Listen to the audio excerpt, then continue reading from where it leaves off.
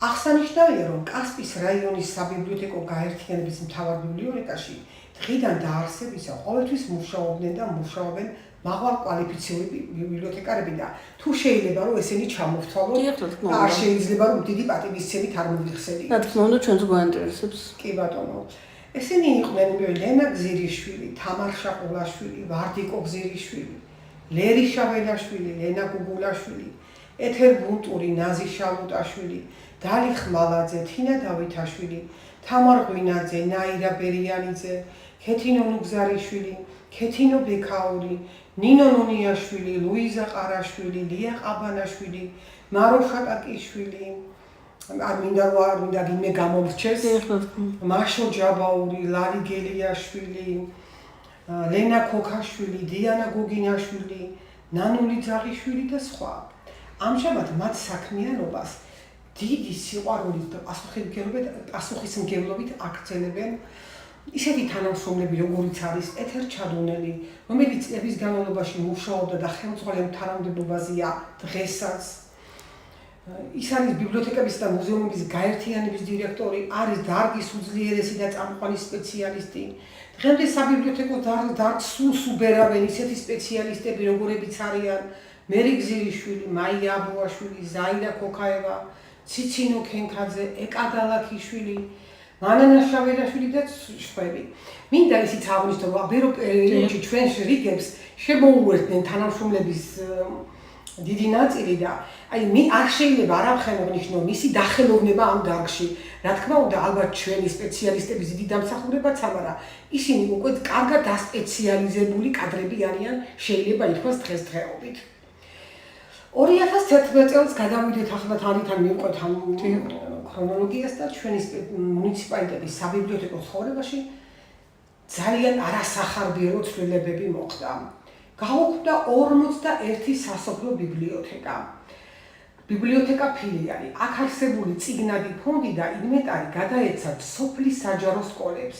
გაუქმდა კასპის საქალაქო ბიბლიოთეკა, კასპის სარაიონო საბავშვო ბიბლიოთეკა ფილიალი, რომლის წიგნადი ფონდი და ინვენტარი შემოუერთდა ქალაქ კასპის ბიბლიოთეკას, რომლის ხელმძღვანელი იმ პერიოდში გახდა ქალბატონი ვენერა ბესტავაშვილი.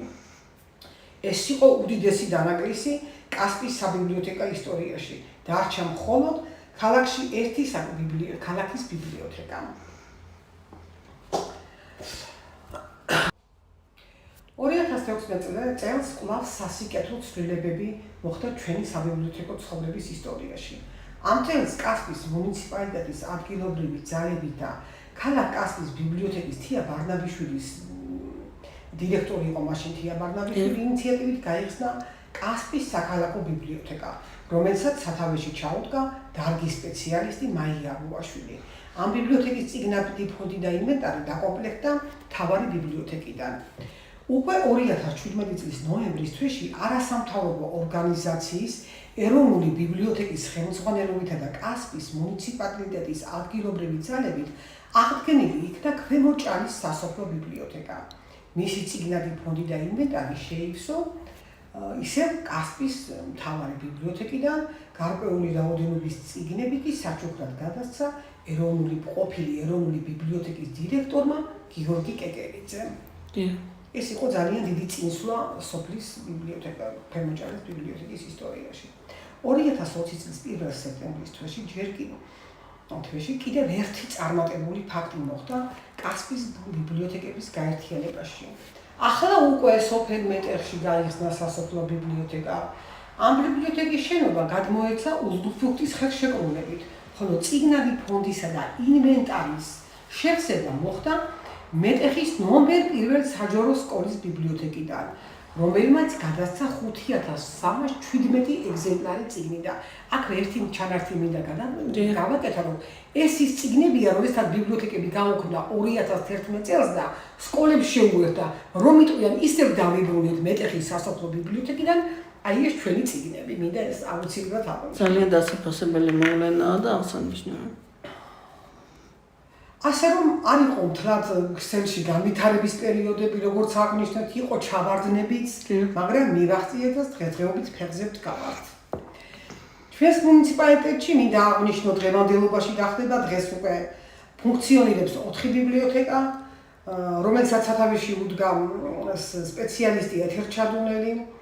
ესენი მინდა ჩამოვთვალო, ეს არის კასპის მთავარი ბიბლიოთეკა, რომელსაც ხელმძღვანელობს სპეციალისტი ხათუნა ბახუაშვილი, კასპის საქალაქო ბიბლიოთეკა, ასევე ხელმძღვანელობს სპეციალისტი მაია აბოვაშვილი, ქვემოჭრალის სასოფლო ბიბლიოთეკა, სოფლის მკვიდრი რუსკა ბიჭიკაშვილი არის მენეჯერი და მეტეხის სასოფლო ბიბლიოთეკა, ასევე სოფლის მკვიდრი ნინო აბულაძე. მადლობა ასეთი ამომწურავი ინფორმაციისათვის და გთხოვთ ქალბატონო ხათუნა, თქვენ როგორც მთავარი ბიბლიოთეკის მენეჯერმა და დარგის სპეციალისტმა მოკლედ მოგვეთხოთ ბიბლიოთეკის ფონდის მომდენსა და მომსახურების შესახებ. კი ბატონო, სიამოვნებით. ბიბლიოთეკების მთელი საქმიანობა, კერძოდ მკითხველთა მომსახურების ხარისხი და ეფექტურობა დიდად არის დაკავშირებული საბიბლიოთეკო ფონდების შევსებასა და შემდეგ განლაგებაზე. ჩვენი ბიბლიოთეკის ფონდები განლაგებულია 10 წილადი კლასიფიკაციის მიხედვით. ხელმისაწვდომი და თვალსაჩინოა ყველა კატეგორიის მკითხველისათვის. ჩვენი ბიბლიოთეკის ფონდები შეძლების დაგვარად სისტემატიურად მარაგდებიან საჭირო თანამედროვე და მკითხველისათვის საინტერესო ლიტერატურით, რასაც უნდა ვუმადლობთ კასპის მუნიციპალიტეტის ხელმძღვანელობას და ასევე ბიბლიოთეკებისა და მუზეუმების გაერთიანებას. ჩვენი ქსელის ბიბლიოთეკები წიგნად ფონდების პოპულარიზაციას ვუწევთ და მკითხველის სამსახურში ვდგევართ შემდეგი განყოფილებებით. ეს არის განყოფილებები, რომელიც ჩვენი ქსელის ბიბლიოთეკებს აქვს. მომსახურების განყოფილება, აბონემენტი და სამკითხველო დარბაზით მომსახურება, დაკომპლექტება დამუშავების განყოფილება, საინფორმაციო, ანალიტიკური და ბიბლიოგრაფიული განყოფილება. აქვე უნდა აღვნიშნო, რომ ბიბლიოთეკაში დიდი ყურადღება ექცევა მოსწავლე ახალგაზრდობასთან ურთიერთობას. მთავარ ბიბლიოთეკაში გვაქვს საბავშვო განყოფილება საკმაოდ მდიდარი წიგნადი ფონდით. მათთან მომსახურებას დიდი პასუხისმგებლობით ვახორციელებთ. ბიბლიოთეკაში გვაქვს ყურადსაღები მომსახურების სერვისები, რაც ძალიან მნიშვნელოვანია ჩვენი მკითხველისათვის. ეს არის უფასო რეგისტრაცია, ბიბლიოთეკიდან გარკვეული ვადით წიგნის გატანა, ფონდზე თავისუფალი დაშვება, ბიბლიოთეკათა შორის აბონემენტით სარგებლობა, სიდა სასისტემო გაცემა და ასე შემდეგ. მინდა ცალკე გამოვყო ჩვენთან სამკითხველო დარბაზით სარგებლობა, სადაც ხდება საცნობო ბიბლიოგრაფიული აპარატით მომსახურება, უცხოენოვანი ლიტერატურის უზრუნველყოფა. მინდა აღვნიშნო, რომ გვაქვს უფრო მეტწილად ფრანგულენოვანი წიგნებია ჩვენთან. ინტერნეტ მომსახურება, მკითხველთა მომსახურება ელექტრონული კომუნიკაციების საშუალებით, პერიოდული გამოცემებით უზრუნველყოფა, კულტსაგანმანათლებლო და სამეცნიერო ინფორმაციული ღონისძიებების ჩატარება. ასე რომ არ არის ჩვენთან ბიბლიოთეკებთან ურთიერთობა უინტერესო, ყოველთვის მზად ვართ მკითხველის სამსახურში. დიდი მადლობა, მართლა ძალიან საინტერესოა თქვენი საქმიანობა და თქვენი სფერო. და ბოლოს ქალბატონო ხათუნა, თქვენი მხრიდან რას ურჩევთ ჩვენს მსმენელს და განსაკუთრებით კი მომავალ თაობას, რომელთა აზრდა ძალიან მნიშვნელოვანია. კი ბატონო, სიამოვნებით შევეცდები. ჩვენს მსმენელს ურჩევ საინტერესო ამბების მოსმენას. არ დაივიწყონ ჩვენი ბიბლიოთეკები, რომ წიგნს ვერასოდეს ვერაფერი ჩაანაცვლებს. მომავალ თაობას მოვუწოდებთ იმეგობრულ წიგნებთან, მიუხედავად იმისა, რომ დღეს ტექნოლოგიების ბუმია და მოსწავლე ახალგაზრდობის უმეტესი ნაწილი კომპიუტერებს არის მიჯაჭვული, გაიაზრონ ის, რომ ძვირფასია თანამედროვე კომპიუტერულ სივრცეთან ურთიერთობა, მაგრამ წიგნი და ბიბლიოთეკა კვლავაც რჩება აღზრდის, განათლებისა და ინფორმაციის დაუშრეტელ წყაროდ. მადლობა. დიდი მადლობა ასეთი საინტერესო საუბრისათვის და წარმატებებს გისურვებთ თქვენს შემდგომ საქმიანობაში.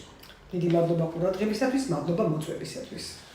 მადლობთ, ასევე დიდი მადლობა მინდა მოვახსენოთ DVV International-სა და გერმანიის საგარეო საქმეთა სამინისტროს ფინანსური მხარდაჭერისათვის, გერმანიის სათემო რადიო Z-სა და კასპის ზრდასრულთა განათლების ცენტრის პარტნიორობისათვის. ჩვენ კი შემდეგი გადაცემებით შევხვდებით მომდევნო კვირას მომავალ შეხვედრამდე.